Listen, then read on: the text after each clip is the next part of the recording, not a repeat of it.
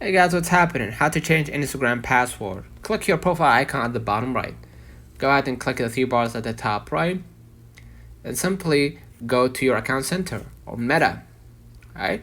And you're gonna see right here under the account settings, you're gonna see password and security.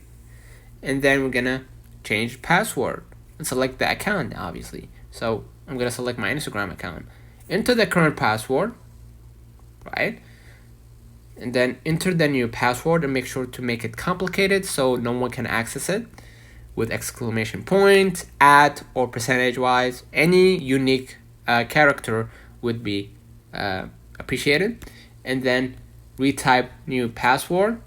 And then if you want to log out of other devices in order to use that new password and log in again, choose this.